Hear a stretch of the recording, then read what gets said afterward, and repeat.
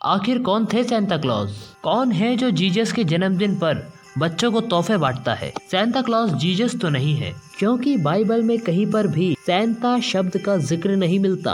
तो फिर आखिर कौन है सेंटा क्लॉज? जब जीसस यानी कि यीशु जिंदा थे तब उनके जन्म को कभी भी क्रिसमस के रूप में नहीं मनाया जाता था।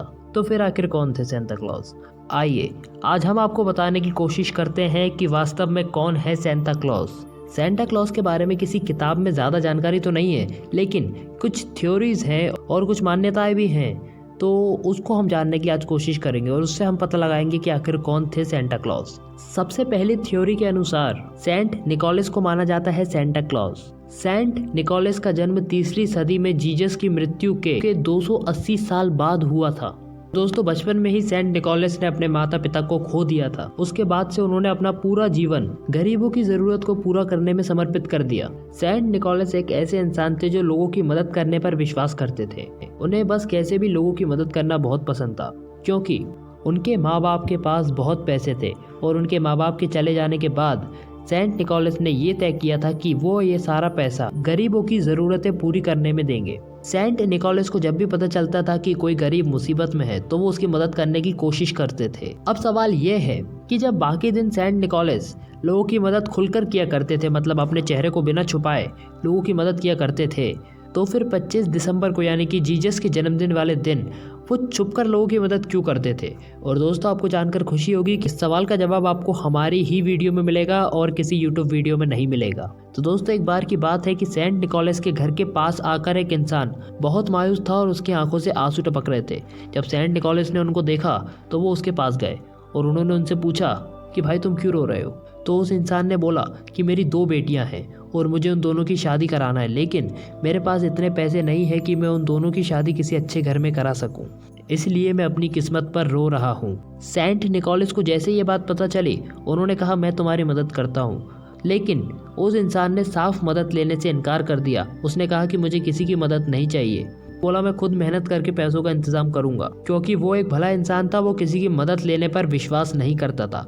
अब वो इंसान तो वहां से चला गया था, लेकिन सेंट निकोलस के मन में यही बात चल रही थी कि मैं इस इंसान की मदद कैसे करूं। तो 25 दिसंबर की रात सेंट निकोलस लाल रंग के कपड़े पहनकर एक लाल रंग की पोटली लेकर उस गरीब इंसान के घर में गए। जब वो इंसान और उसकी बेटी सो रहे थे तो उसी वक्त वो एक पोटली लेकर उनके घर में गए और वो पोटली उन्होंने उस इंसान के घर में रख दी और चुपचाप वहां से वापस आ गए। सुबह जब उस इंसान की आंख खुली तो उसने देखा कि एक लाल रंग की पोटली मेरे घर में पड़ी है, और जब उसने उस पोटली को खोल के देखा तो उसे पता चला कि उसमें बहुत सारे सोने के सिक्के थे, जिससे वो अपनी बेटी की शादी आराम से करवा सकता था। उस इंसान ने पता करने की कोशिश की कि ये पोटली उसे कैसे मिली है, मगर उसको ये बात पता नहीं चल पाई। अंततः उस इंसान ने सोचा कि ये ऊपर वाले का चमत्कार है और उसने इस पोटली को रख लिया और अपनी पहली बेटी की शादी करवा दी। जब सेंट निकोलस की बात पता चली तो वो बहुत खुश हुए और उन्हें ये भी पता था कि उस इंसान की एक और बेटी है जिसकी शादी भी उसे करवानी है। तो उन्होंने फिर से यही काम दोहराया। वो फिर से एक पोटली लेकर गए और उस इंसान के घर में रख दी। अब उस इंसान ने लाल रंग के कपड़े पहने दाढ़ी मूंछों वाले एक इंसान को देख लिया था वो पोटली रखते हुए, लेकिन वो इंसान बूढ़ा था इसलिए वो ये समझ नहीं पाया था कि वो कौन था। उसके बाद आगे की कहानी आप लोग समझ ही सकते हैं। जब भी कोई इंसान सेंट निकोलस की मदद लेने से मना कर देता था तो सेंट निकोलस उसके साथ ऐसा ही करते थे। इसके बाद जिन लोगों को पता था कि सेंट निकोलस ऐसा करते हैं, तो सेंट निकोलस के मरने के बाद उन लोगों ने भी ऐसा करने की कोशिश की। तो इस तरह सेंटा क्लॉज नाम का ये शख्स गरीब लोगों की मदद करने के लिए और तोहफे देने के लिए मशहूर हो गया। तो दोस्तों, ये थी पहली थ्योरी, और पर्सनली मैं बोलूँ तो मुझे ये थ्योरी बिल्कुल 100% सच लगती है। बाकी आपका क्या ख्याल है, आप कमेंट में ज़रूर बताना।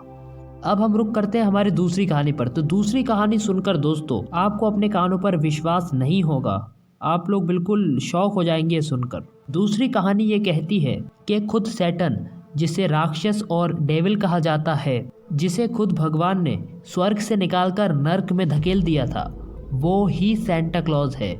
वही क्रिसमस के दिन बच्चों को सेंटा क्लॉज बनकर तोहफे बांटता है। हमारी पिछली कहानी की तरह इस बात का भी कोई प्रमाण तो नहीं है, लेकिन इंटरनेट पर आपको ऐसी कई थ्योरी मिल जाएंगी जो ये दावा करती हो कि सैटन ही सेंटा क्लॉज है। इसमें से पहली थ्योरी ये है कि सैटन और सेंटा दोनों बिल्कुल एक जैसे नाम हैं। मतलब बात यह है कि सेंटा के एन को अगर हम यहाँ से उठाकर सबसे आखिर में रख दें तो वो सैटन हो जाता है।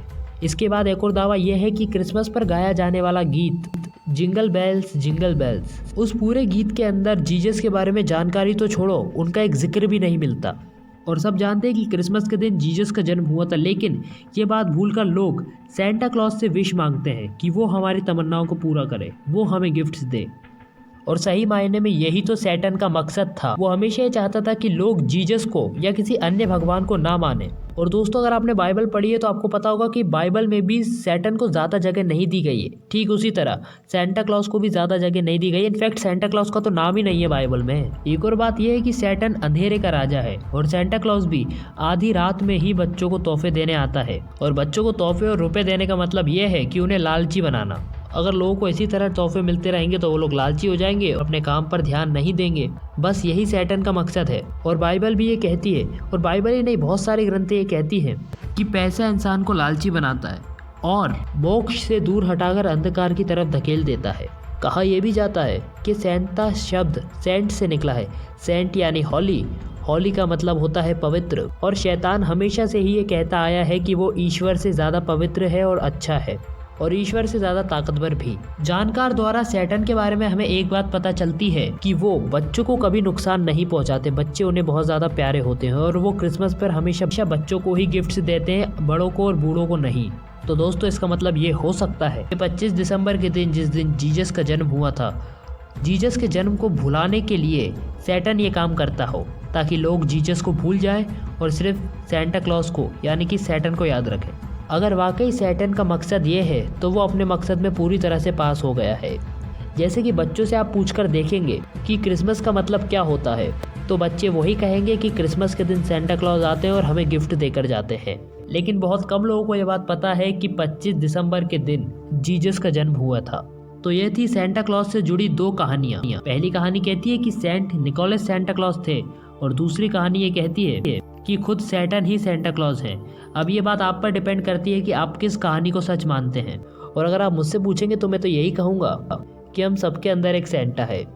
जैसे कि हम कभी अच्छा काम करते हैं और किसी को ये पता नहीं चलने देते कि वो काम हमने किया है, और जब कोई उस काम की तारीफ करता है लेकिन उसे ये नहीं पता होता कि ये काम किसने किया है, तब आपको बहुत खुशी मिलती है। तो यार यही तो है यार हमारे अंदर का सेंटा क्लॉज। मेरे हिसाब से सेंटा क्लॉज का मतलब ये है कि नेकी कर और दरिया में डाल। मतलब इस हाथ से नेकी कर तो दूसरे हाथ को पता नहीं चलना चाहिए। अब दोस्तों, सेंटा क्लॉज भले ही जो भी है, लेकिन एक बात तो मानना पड़ेगी कि ये है बड़ा क्यूट। बच्चों में इसका क्रेज आप लोग देख ही सकते हैं। बचपन में हमें भी ये कैरेक्टर बड़ा पसंद था। तो जिसने भी इस कैरेक्टर को डिज़ाइन किया है वो अमेजिंग इंसान है यार। मतलब जिस तरह से दिखता है, जितना मोटा ये है, जितनी इसकी दाढ़ी है, सफ़ेद भी एकदम बिल्कुल, लाल कलर के कपड़े पहनकर आता है और बच्चों को गिफ्ट देता है, उस हिसाब से वाकई ये कैरेक्टर ना बच्चों का और साथ ही साथ बड़ों का भी फेवरेट बन जाता है। और साथ ही साथ एक और बात मैं आप लोगों को बता दूं कि सेंटा क्लॉज का ये रूप, यानी कि वो मोटा सेंटा क्लॉज लाल कपड़ों में दाढ़ी मूंछों वाला, वो सेंटा क्लॉज का फर्स्ट अपीयरेंस कब हुआ था, मतलब वास्तव में सेंटा क्लॉज को इस रूप में कब देखा गया। 1931 में कोका कोला की एक एड में सेंटा क्लॉज का फर्स्ट अपीयरेंस हुआ था। दुनिया ने सेंटा क्लॉज को इस रूप में पहली बार तब देखा था। तब से लेकर आज तक ये सभी लोगों का फेवरेट है। आज की हमारी वीडियो यहीं ख़त्म होती है। उम्मीद करते हैं आपको ये वीडियो पसंद आई होगी और आप लोग बहुत कुछ सीखे होंगे और बहुत कुछ समझे होंगे हमारी इस वीडियो से। जाते जाते बस यही कहना चाहेंगे कि अगर आपको वीडियो पसंद आई तो लाइक कर दीजिए और कमेंट में ये ज़रूर बताइए कि आपको किस कहानी पर ज़्यादा विश्वास है। बाकी आप सभी को merry Christmas and happy new year. एक और बात बताता हूँ कि अगर आप लोगों को सेंटा क्लॉज की रियल फुटेज वाली वीडियो देखना है तो आप लोग कमेंट में ज़रूर लिख दीजिए। मैं आप लोगों के लिए एक अलग से वीडियो बना दूंगा जिसमें वो सारी फुटेज होंगी। यदि आपको देखना है तो कमेंट ज़रूर करना। फिर मिलेंगे हमारी नेक्स्ट वीडियो में, तब तक के लिए गुड बाय।